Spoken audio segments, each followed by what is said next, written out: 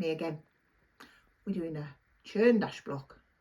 Probably the most complex block we've done, so that's good. We've got two little techniques going on in one block. So we'll start with the simplest. You've got some rectangles, 2.5 by 4.5. You're going to join a dark one and a light one together. So literally take the dark one, pop him on in line with your light one, pin it if you want to underneath your machine, 1/4 inch seam, beautiful.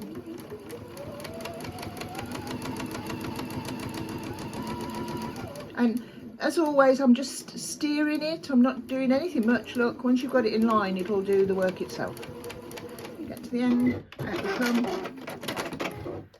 take it to your pressing board and press towards the dark, away from you.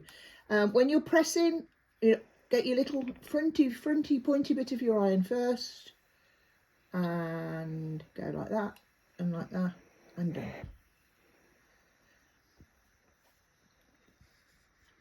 Perfect. Make 4 of those. Repeat. Now we're going to take this one. We've done this before. Well, no, I keep thinking that. I don't know what order you're doing them in, so I'm going to explain it on everyone. So we've got our squares that we're going to make half square triangles from. A light and a dark together, and we're going to draw a diagonal line across, and we're going to stitch 1/4 inch either side of the drawn line. This is called a fast pieced half square triangle, and away we go. So I'm just watching, I'm not watching where I'm sewing, I'm watching where my foot is. This is my 1/4 inch foot, and it's going on the line I've drawn. So it's quite difficult till you get used to it. You've got to watch your foot, not your sewing. So there we go, keep it nice. If you, I don't know how well you know your sewing machine, you can turn it round. You see what I did? Sorry. Yeah. So it's gone like that, and you can turn it round, pull it out a little bit, and then line it up and go the other way. Some machines might not like that. I don't know how old your machine is. Some of them don't like it, so you just come out and you do the other way. Just saves thread this way.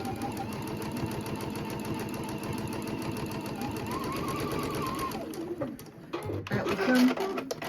So we've drawn on the line, we've stitched either side of the line. The measurement from thread to thread that you probably can't see is 1/2 inch, because we're doing 1/4 inch seams.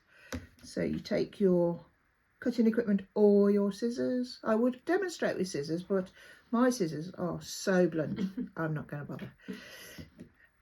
And cut away from you as per normal. And there you've got 2 squares, two squares that are in triangular form. Now take them to the iron, press towards the dark, away from you. I do get a lot of pleasure when it just goes like that. It lies beautifully. Same with the other one. Away we go, towards the dark. And then trim off your ears. So just take your pair of scissors or cutter, whichever you've got. See, mine doesn't do. All my scissors, my big scissors and my little scissors, are about no use at all. So like so. Just helps you. If you get into the habit of doing that, it'll be with you forever. So do that 4 times. So we've got all of our little sections here, and this is what we do to place them out in front of us. So this is only what I've already made, and 1 square. That square goes in the middle, okay, and then these squares go around. Let me move on to get all this on the camera.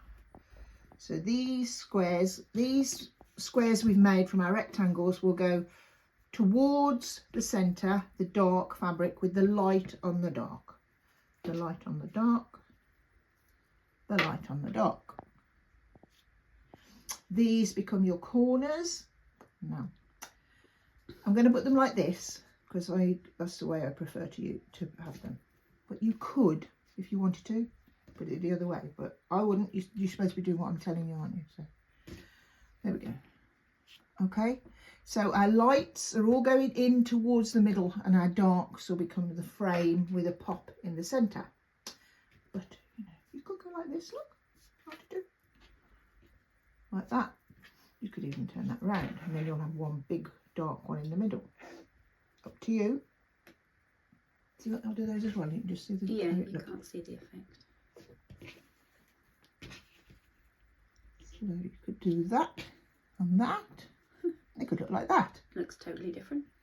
Which one do you prefer? The light one. Yeah. And if you as you do it, just squint at it and you can get a bit better look at it. Just squint. See what you think. You like the light one best? Turn it round, turn it round, turn it round. I like the light one best, but sometimes, depends on your fabric, you might think, you might have a plan in mind, and then when you do it, and it's always best to have another look if you've got the option. So not like that, turn it round, yeah, see, that's nice too. So all you do now is you join this into rows. So you join this to this to this, this to this to this, this to this to this, and join your rows together. And then what I would say here is you press this seam in towards the dark there, and this seam out towards here. So you'll go out, in, out. That way they'll all go together nicely. Do you want me to do a row of these, Sarah? Yeah. You do? Yeah. Slow driving. So what I would do, I'd pick it up, leave it on my table like this. I wouldn't pretend I know everything. So we'll go that way first. So we'll go like that. When I am doing this, yeah, I always take a photo.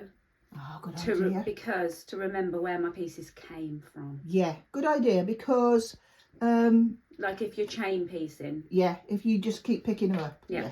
And then that you can just look at your photo. Yeah.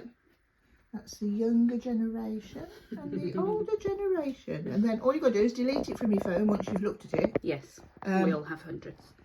Yeah, or you'll have hundreds. But it does. I only really do that when I'm got a whole quilt on the bed and I'm twiddling it all about. I do it then. But I wouldn't think to do it at this stage. But it is a good idea. Yeah. Especially if you're only doing one of these blocks, you see. You've got nothing else to look at once you've done it. Yeah. So I would just move that.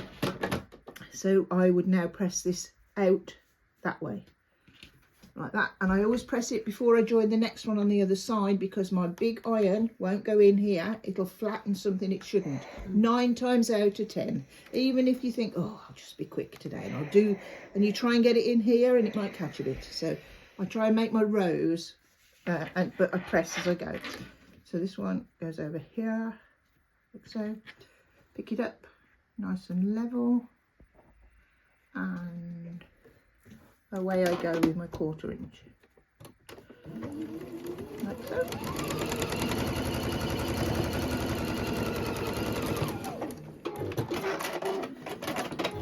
Then this way, it's going out again, so you can go that way. This one's already done, so you're not going to squash it any other way.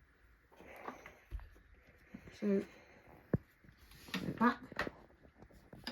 Is that the right way? Yes, it is the right way. But so I have known myself do it like that. Then it's wrong, because it's really easy once you get into the flow of things. So that's it. You join your 3 rows and you join your rows together. So there you go. Lovely. Enjoy. See you next time. Bye.